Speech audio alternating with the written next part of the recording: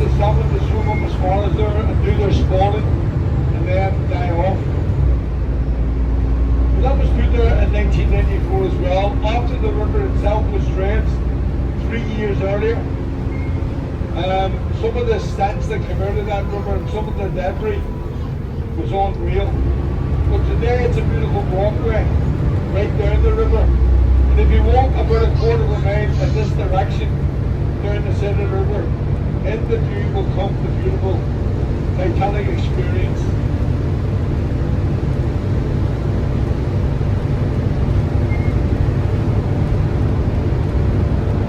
Should have had in front of us, that is our Millennium building. In 1997, the British government gave England, Scotland, Wales and Northern Ireland money to build a Millennium project to bring us into the year 2000. Well, that was our Millennium project, and in there still, there is a W5 in there, why we're in. There's also in there a 10-screen multiplex cinema, and also there's 10-pin bowling in there also. What here?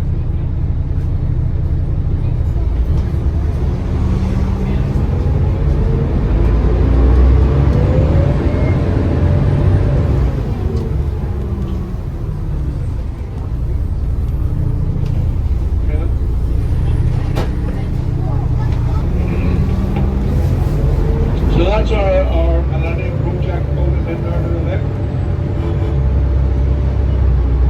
Straight ahead in front of us there, just in the mist. There you can see that big white building. But that there is our parliament, that's Stormont, and that's where our politicians go. Especially now they get 10. They could just get back last year, in February of last year, where they always get paid but they didn't do any work. This is stop number 3 here for the Premier Inn.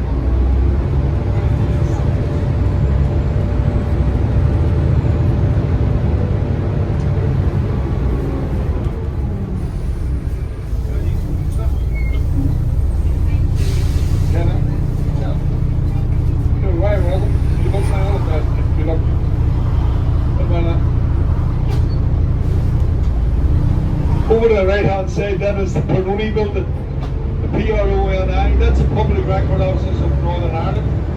In there, if you have any Irish ancestry dating back to the early 1600s, right up to 1921 of partition, you'll find all the information in there to the right hand side. And coming into view is the beautiful £97 million worth Titanic experience. 4 floors of absolutely brilliant information about the building, the sailing, and unfortunately the sinking of the Titanic. Over to the left hand side, that is the SS Nomadic.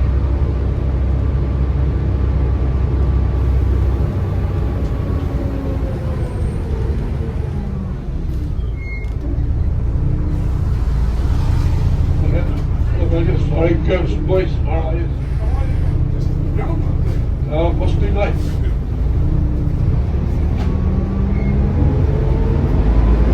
So yes, that's the SS Nomadic. I'll talk about more of that when I go again.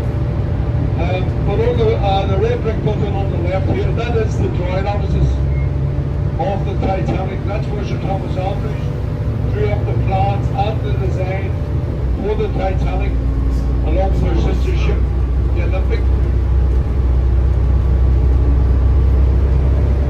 There's the other crane there on the far side, the right hand side. That's a Goliath, that stands at 106 metres high.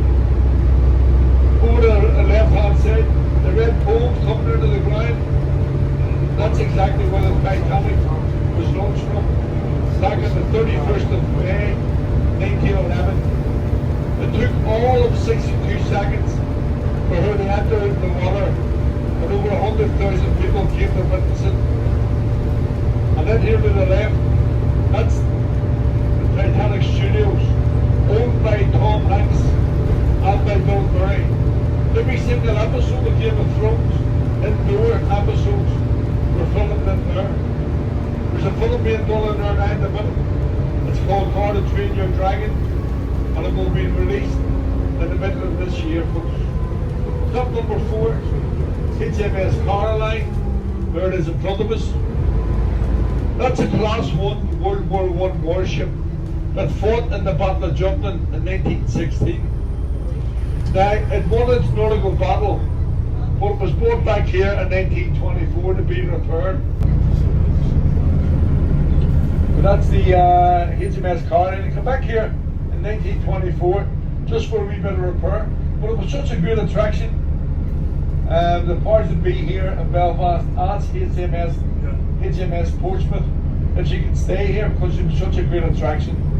They granted us her wish, and that's where she's been since 1924.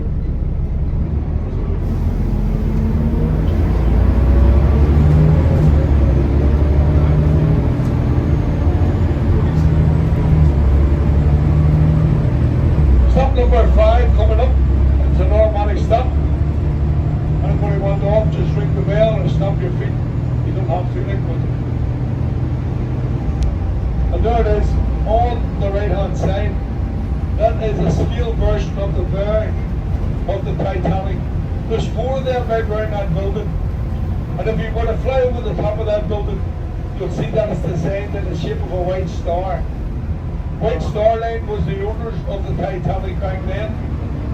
But that's a scale replica of the bow of the ship. And don't forget, there was another 3 floors on top of that. And then you had the 4 big funnels. It was the biggest man-made structure the world had ever witnessed being built. And was built here in Belfast. Stop number 5, Titanic Experience. Where you get off, this is the last tour of the evening anyway, folks, so there'll not be our tour until tomorrow morning at 10 a.m.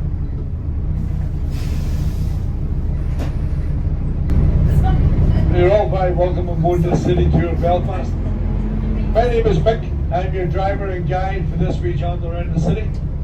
You go on to stop number 5, which is for the Titanic Experience, which is over to the right, behind that red brick building. Keep looking over to the right in front of you. That black and white ship, that was built alongside the Titanic back in 1908. It was used as a tender ship to bring the first and second class passengers out to the Titanic, which it was moored off the coast of Cherbourg in France. After the tragedy of the Titanic and its sinking, that wee ship there was used as a floating restaurant on the Seine River in Paris. Here you can see the French flag on the back of it. She was brought back here in 2008 and was given a £12 million lottery grant, and that's where she remained for the remainder of her days, folks, in the Alexander Drive dock here in Belfast.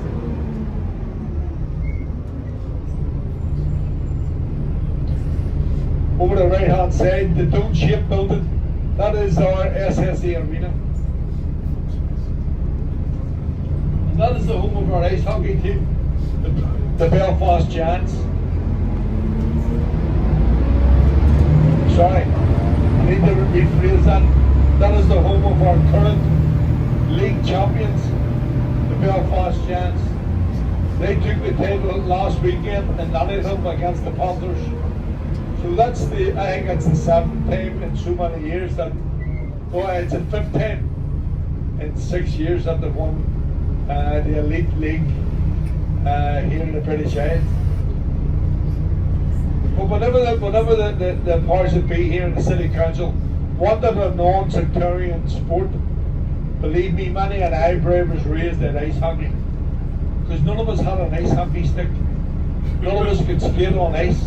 And none of us had a set of skates.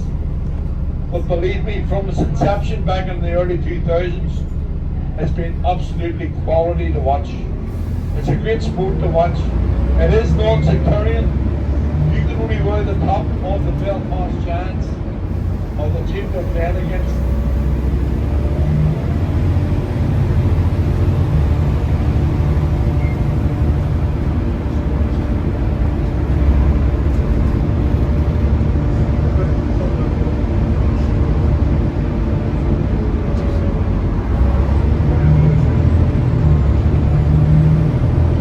That building straight ahead in front of us to the left hand side, that is the tallest building in Ireland, and that is known as the Old Bell Tower.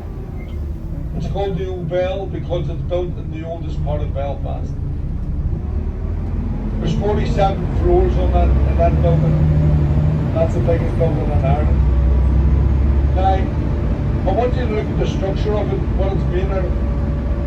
It's made out of plate glass. And look across the river to the right. All those buildings are made out of glass. And that tells you two things. One, they were built under the 1998 Good Friday Agreement, because you wouldn't have dared have a building like that. It would have been blown to smithereens. And also, it tells you also that that's the way forward to promote the city, to make it more modernised.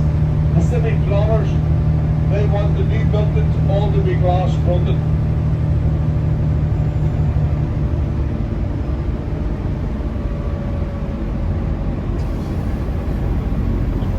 And the bridge we're going to go across next when we go through the lights here.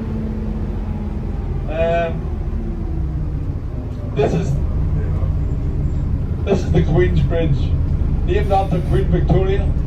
Queen Victoria was on the throne for 63 years and 7 months. And she came to Belfast in that period of time once. We thought she was going to give us our city status. She didn't. She went back to Buckingham Palace after 4 hours being here and never gave us our city status. Belfast would have had to wait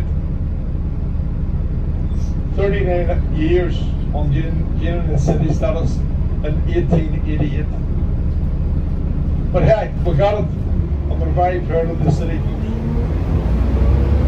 At the end of the bridge here on the left hand side, you'll see a sculpture, an art sculpture.